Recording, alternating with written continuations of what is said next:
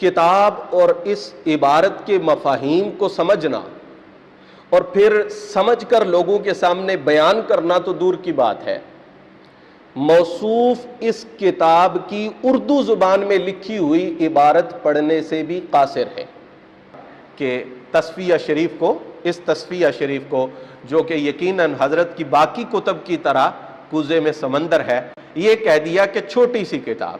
تو محترم، آپ سے یہ چھوٹی سی کتاب کا چھوٹا سا پہرا پڑھنے میں 3 اغلاط ہوئی ہیں۔ جس چیز کو مولوی صاحب خطا کہہ رہے ہیں، سیدہ زہرا سلام اللہ تعالی علیہا کی شان کہا ہے کہ موصوف یہ کہہ رہے ہیں کہ حضرت پیر میر علی شاہ صاحب رحمۃ اللہ تعالی علیہ ہمارے مخالفین کے بڑے ہیں، میری نہیں مانتے تو اپنے بڑے کی مان لو۔ اگر ان لفظوں کو آسان کرتے ہوئے موصوف نے کہا ہے کہ تحریک کا معنی خطا ہے، تو میں عرض کروں گا کہ اگر ہم تحریک صراط مستقیم کو خطائے صراط مستقیم کہیں تو یہ معنی ٹھیک ہونا چاہیے۔ حضرت قبلہ عالم گولڑوی سیدہ پاک کی پاکی بیان کر رہے ہیں اور مولوی صاحب اسی پاکی کو خطا کہہ رہے ہیں۔ مولانا صاحب نے امکان کو وقوع بنا دیا۔ میں 2 حوالے اختصار کے ساتھ عرض کروں گا۔ آپ حضرت اعلیٰ گولڑوی رضی اللہ تعالی عنہ کی تعلیمات کسی صورت نہیں مانتے کہ آپ نے اگر حضرت اعلیٰ گولڑوی کو پڑھا ہوتا تو آپ وحدت الوجود کے حوالے سے یہ سٹیٹمنٹ نہ دیتے کہ وحدت الوجود ٹھیک ہے، وحدت الموجود غلط ہے۔ حضرت اعلیٰ نے تحقیق الحق شریف کے اندر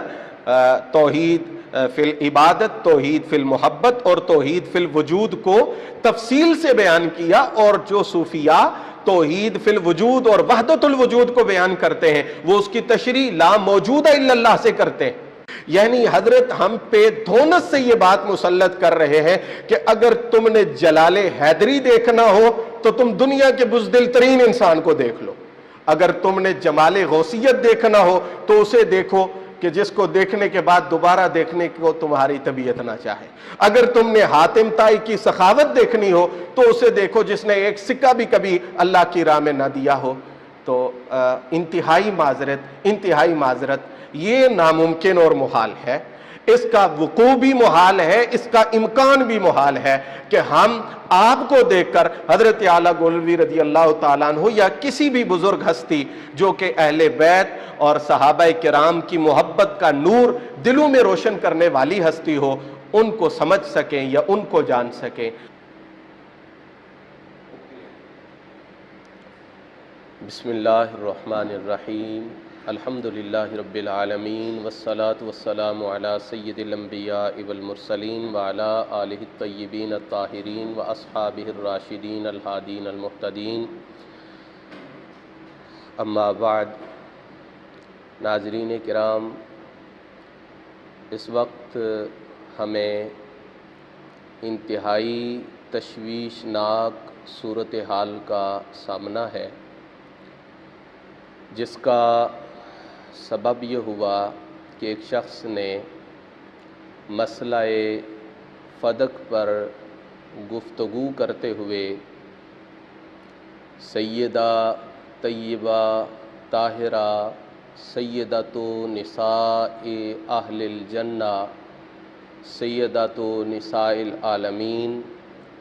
بدعۃ الرسول سیدہ فاطمہ الزہراء سلام اللہ تعالی علیہا کی ذات اقدس کے متعلق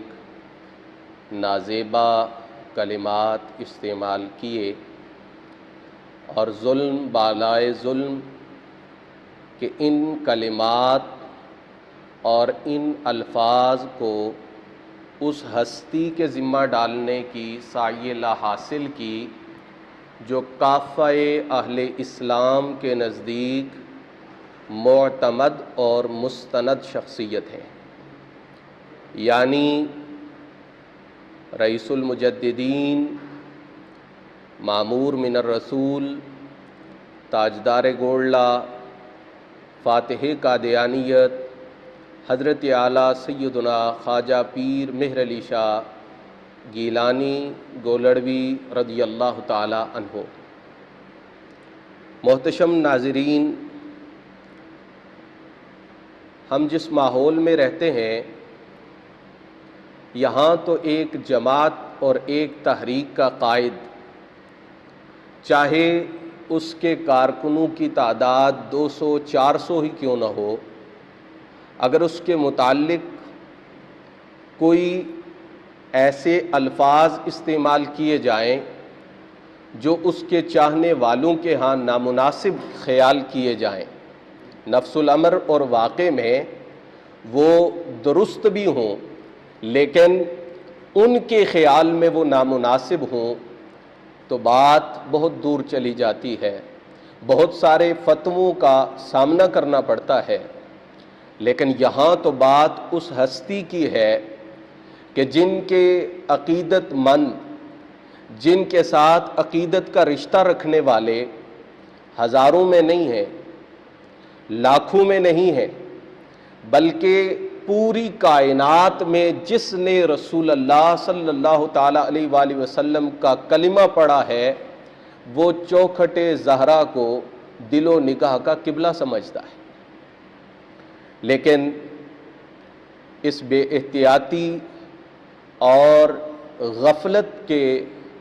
باوصف مجھے انتظار تھا کہ شاید جس طرح بات چل رہی ہے کہ ایک دوسرا کلپ جاری ہونے والا ہے تو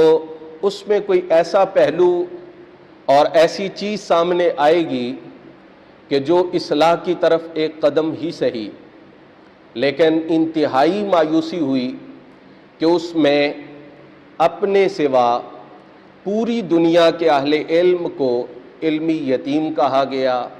اصول اسلام اور اصول اہل سنت سے نابلد کہا گیا، اور میں ان الفاظ میں، ان جملوں میں وقت ضائع نہیں کروں گا، آپ اس کو سن سکتے ہیں، نیٹ پہ موجود ہے۔ اور یہ تمام چیزیں کہنے کے بعد آخر میں یہ مطالبہ کیا گیا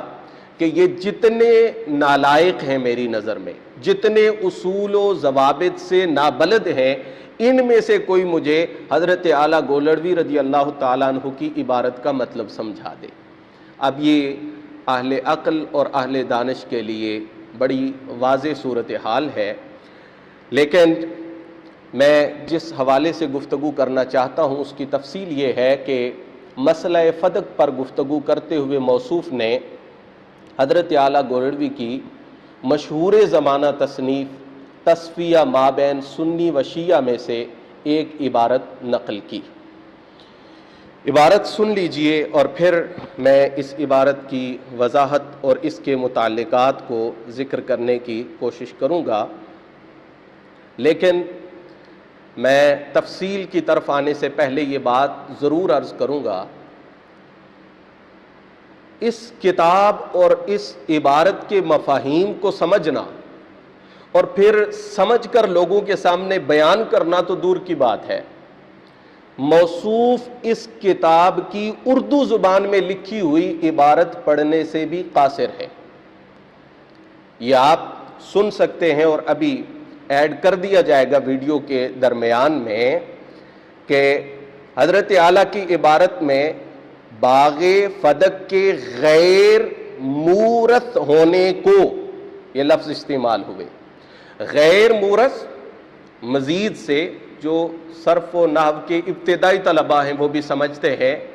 کہ مزید سے یہ اسم مفعول کا صیغہ ہے اور ظرف کے معنی میں ہے، چونکہ یہ صفت بن رہا ہے فدق کی، اور فدق محل ارث ہے، جائے وراثت ہے، اس کا وارث کسی کو بنایا جائے گا، لیکن اس کی صفت موصوف نے لفظ غیر مورث کو لفظ غیر مورث پڑھا۔ اور پھر اس سے بھی زیادہ حیران کن یہ ہے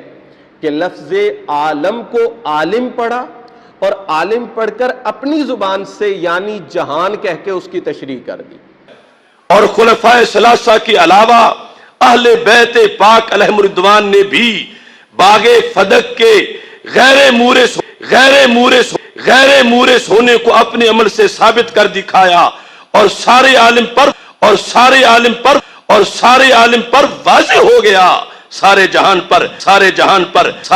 پر۔ اور پھر یہاں آپ کو ایک لطیفہ اور بھی عرض کرتا ہوں، اور وہ یہ کہ اس عبارت اور اس کلپ سے چند ماہ پہلے موصوف نے سیدنا صدیق اکبر رضی اللہ تعالی عنہ کی عدالت کے نام پر ایک سیمینار میں بھی یہی عبارت پڑھی ہے۔ آپ اس کو سرچ کر لیں، نیٹ پہ دیکھ لیں۔ اس کلپ میں جو عبارت پڑھی گئی ہے اس سے بھی زیادہ ناگفتہ بے حالت میں وہ عبارت پڑھی گئی ہے، اور اہل علم اسے دیکھیں گے، سنیں گے تو انشاءاللہ العزیز انصاف کریں گے کہ کیا یہ شخص اعلیٰ حضرت گولوی رضی اللہ تعالیٰ عنہ کی کتب کو اوپر سے دیکھ کر پڑھنے کی لیاقت بھی رکھتا ہے یا نہیں رکھتا۔ یہ میں فیصلہ اہل انصاف پہ چھوڑتا ہوں۔ اب آئیے اس عبارت کی طرف۔ حضرت صاحب فرماتے ہیں کہ اس موضوع پر ایک اور دلیل جو فریق مخالف کی طرف سے دی جاتی ہے، اور فریق مخالف کون لوگ ہیں؟ جو حضرات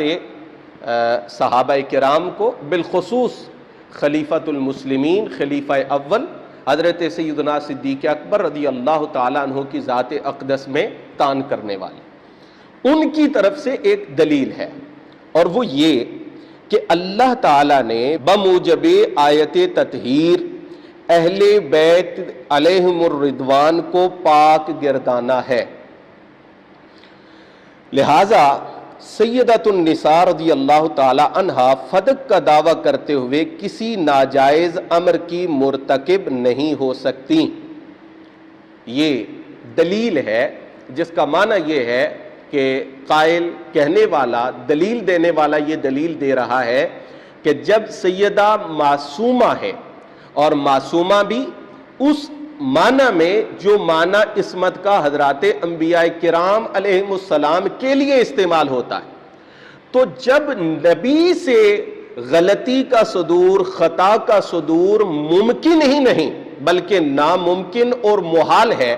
تو سیدہ کائنات سلام اللہ تعالی علیہا سے غلطی کا امکان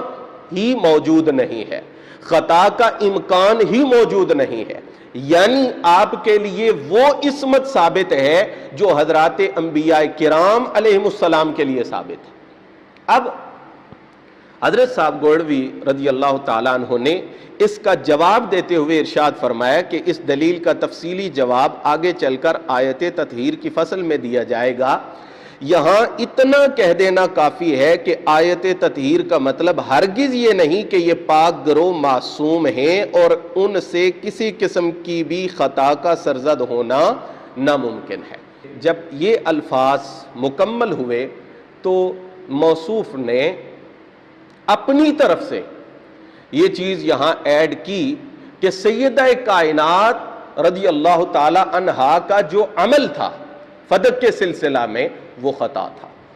اور یہ الفاظ کہے علیاذ باللہ کہ جب آپ مطالبہ کرنے گئی تھی تو آپ سے خطا ہوئی تھی، آپ نے خطا کی تھی، آپ خطا پر تھی، اور خطا پر تھیں،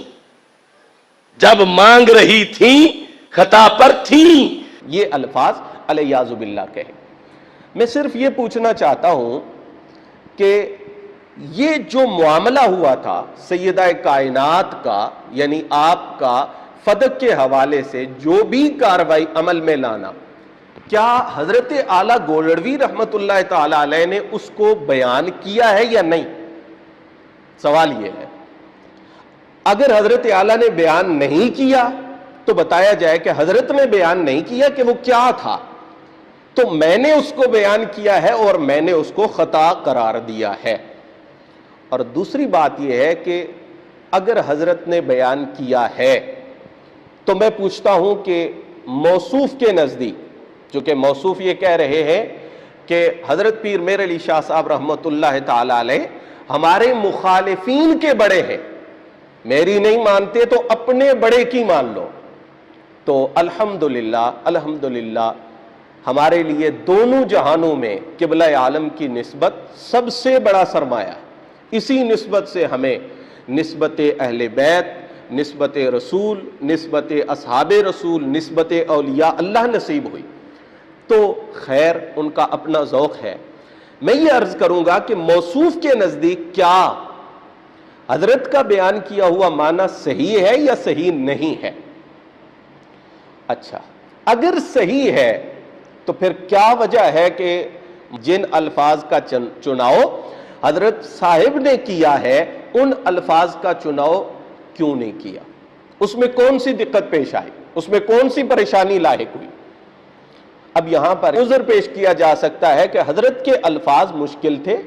ہم نے ان کو آسان کیا ہے، اس لیے اپنی طرف سے یہ جملہ درمیان میں ایڈ کرنا پڑا. یہ بھی نہیں ہے کہ عبارت مکمل کر کے اس کے بعد کوئی تبصرہ کیا جاتا، درمیان میں ایڈ کرنا پڑا. کیوں؟ یہ عذر پیش کیا جا سکتا ہے کہ حضرت کے الفاظ مشکل تھے. تو بھائی،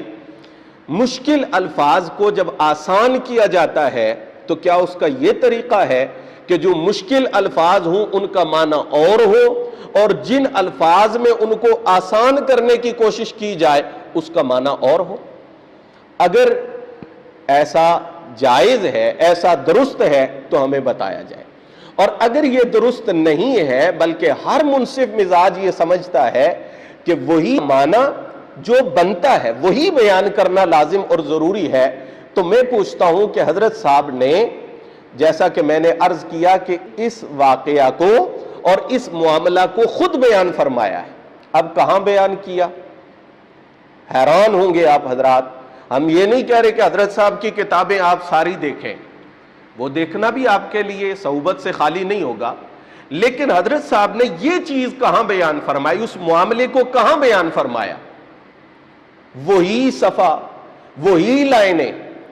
جو موصوف نے پڑھی ہیں ان میں حضرت اعلیٰ نے اس معاملہ کو خود اپنے الفاظ میں بیان فرمایا. اور وہ الفاظ کیا ہیں؟ آپ نے فرمایا سیدۃ النساء رضی اللہ تعالی عنہ کی تحریک اور سلسلہ جنبانی. اب حضرت نے اس معاملہ کو بیان کرنے کے لیے جو سیدہ کائنات سے ہوا، سیدہ کائنات نے کیا، اس معاملہ کو بیان کرنے کے لیے کن الفاظ کا چناؤ کیا؟ تحریک اور جنبانی. اب یہ جنبانی بھی تحریکی ہے، عطف تفسیری ہے. تحریک عربی کا لفظ ہے اور جنبانی جو ہے وہ فارسی میں وہی معنی رکھتا ہے. اب اگر ان لفظوں کو آسان کرتے ہوئے موصوف نے کہا ہے کہ تحریک کا معنی خطا ہے، تو میں عرض کروں گا کہ اگر ہم تحریک صراط مستقیم کو خطائے صراط مستقیم کہیں تو یہ معنی ٹھیک ہونا چاہیے. اگر تحریک کا معنی خطا ہے تو پھر ہم اگر یہ کہیں کہ تحریک صراط مستقیم کا معنی خطائے صراط مستقیم ہے تو یقیناً یہ معنی ٹھیک ہونا چاہیے. اور اگر یہ نہیں ہے تو پھر کیا وجہ تھی کہ حضرت اعلیٰ رضی اللہ تعالیٰ عنہ نے تحریک اور جنبانی کے لفظ استعمال کیے اور آپ نے اس کو خطا کہا؟ کہیں ایسا تو نہیں کہ حضور اعلیٰ رضی اللہ تعالیٰ عنہ اس معاملہ کو بیان کرتے ہوئے ادب کے جو اعلیٰ ترین تقاضے ہیں ان کو بھی پورا فرما رہے تھے اور آپ کو ان کا یہ عمل اچھا نہیں لگا؟ آپ اہل بیت اطہار کے معاملہ میں ادب کی روایت سے ناشنا ہے، بے خبر ہے، وگرنہ آپ انہی الفاظ کو جو ادب اور محبت کا قرینہ ہے ترجیح دیتے اپنے الفاظ پر. اب حضرت صاحب کی عبارت سنیے، یوصیکم اللہ فی اولادکم للذکر مثل حظ الانثیین میں خطاب امت کی طرف ہے. سیدہ کائنات کی تحریک اور جنبانی نے ہمیں یہ سمجھایا کہ یوصیکم اللہ کا جو خطاب ہے یہ امت کی طرف ہے. اس کا کیا معنی ہے؟ کہ سرکار کے لیے یہ خطاب نہیں ہے. اب میں یہ بات پوچھتا ہوں کہ سرکار دو عالم کے لیے جہاں بھی کوئی حکم باقی تمام لوگوں سے الگ آیا ہے وہ حضور کی شان ہے یا نبی کریم علیہ الصلوۃ والسلام کی ذات اقدس میں الیاذ باللہ نعوذ باللہ نقل کفر نہ باشد کسی کمزوری اور عیب کی طرف مشیر ہے؟ کوئی بھی ایمان والا یہ نہیں کہے گا. میں امثلہ نہیں بیان کروں گا، صرف اشارہ کافی ہے. سرکار کے لیے حکم الگ ہونا اور امت کے لیے حکم الگ ہونا یہ حضور کی شان ہے.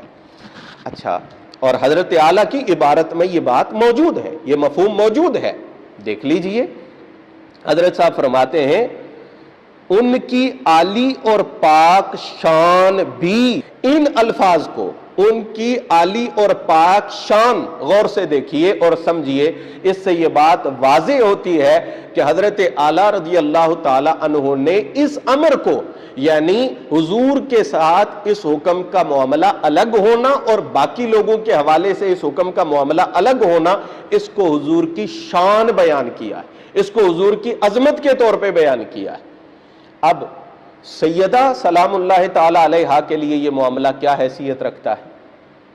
سیدہ کے حق میں یہ معاملہ کس نوعیت کا ہے؟ تو سنیے، اعلی حضرت گولڑوی نے جس چیز کو مولوی صاحب خطا کہہ رہے ہیں، سیدہ زہرا سلام اللہ تعالی علیہا کی شان کہا ہے۔ جی آپ فرماتے ہیں اور اپنے والد ماجد علیہ السلام کی طرح ان کی عالی اور پاک شان بھی، جی کہ یہ شان حضور نبی کریم علیہ السلام کے حق میں بھی یقیناً شان ہے، اور سیدہ زہرا کے حق میں بھی یہ یقیناً شان ہے۔ جسے اعلی حضرت گولڑوی شان کہیں اسے خطا کہا جائے، اور پھر کہا جائے کہ یہ پیر مہر علی شاہ صاحب کا نظریہ بیان کر رہا ہوں اور سادات کو تکلیف ہوتی ہے۔ یقیناً سادات کو تکلیف ہوتی ہے، ہونی چاہیے، صرف سادات کو نہیں، ہر ذی علم اور ذی شعور کو تکلیف ہونی چاہیے کہ ایک مسلم الثبوت شخصیت کی عبارت کے ساتھ اتنا بڑا دھوکہ اور فراڈ کیا جا رہا ہے۔ اگر یہ افسوس اور تکلیف کا مقام نہیں ہے تو پھر اور کیا ہے؟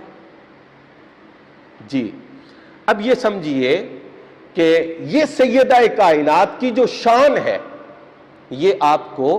کیسے ملی اور کہاں سے ملی؟ یہ سیدہ کائنات کی شان آپ کو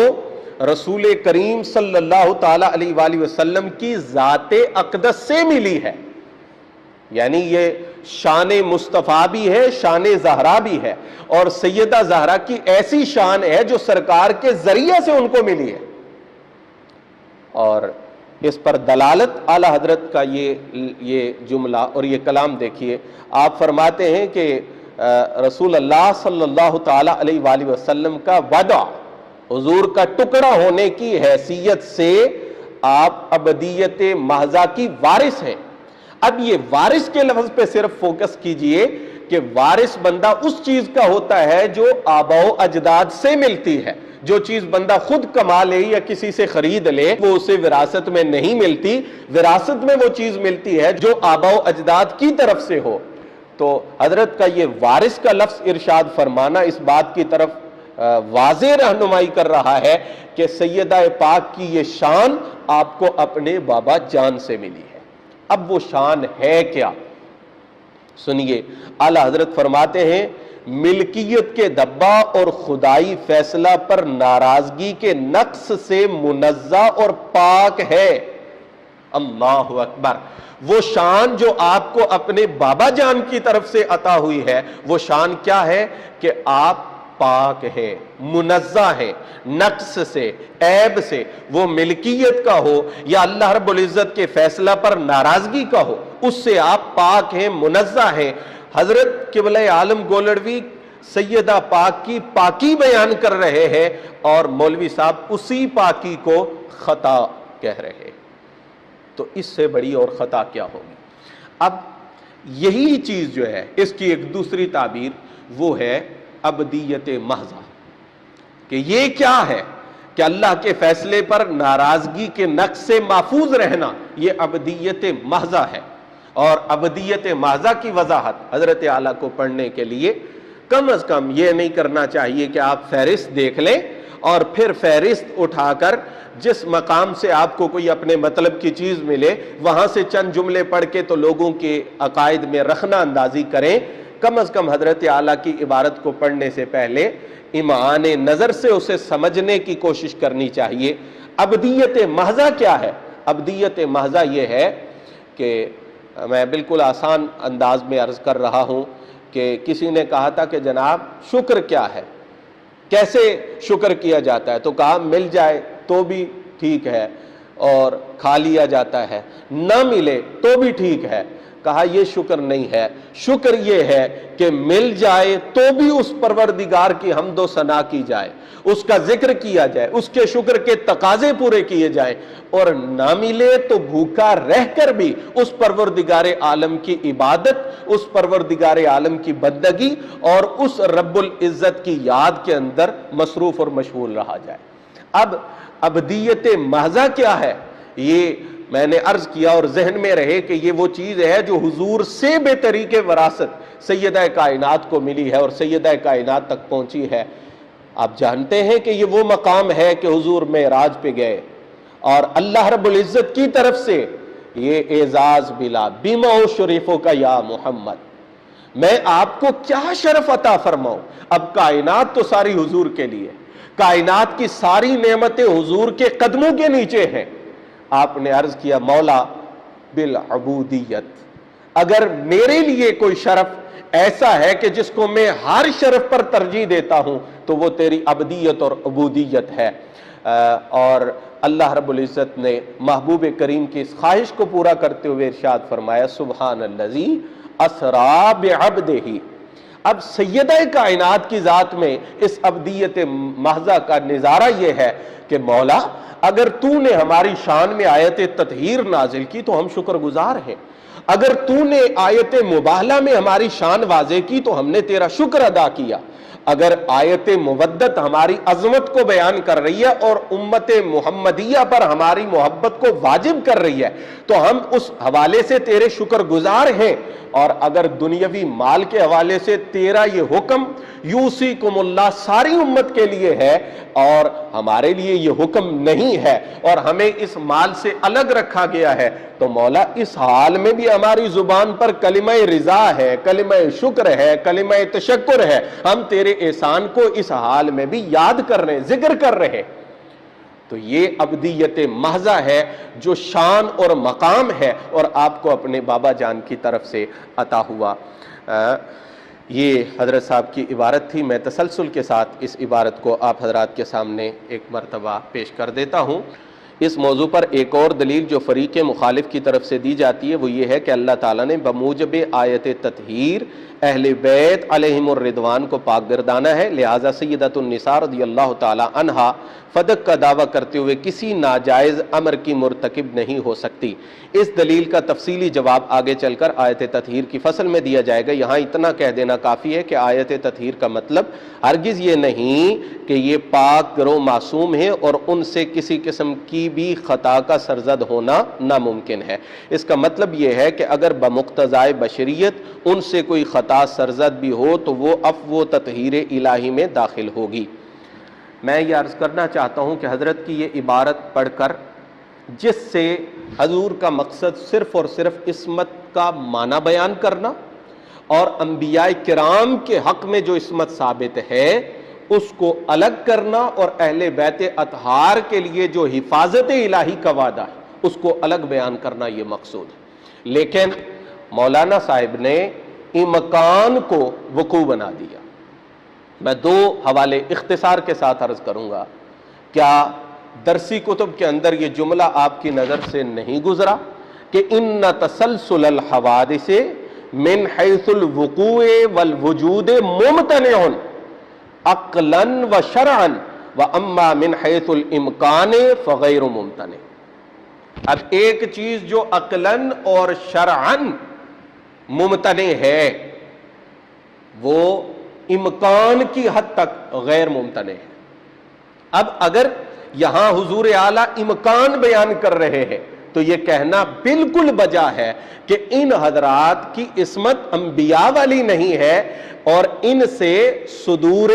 ذم ممکن ہے، امکان کی حد تک ہے، اور جہاں تک اس کے وقوع کا معاملہ ہے تو وہ عقلاً بھی ممتنع ہے، شرعاً بھی ممتنع ہے۔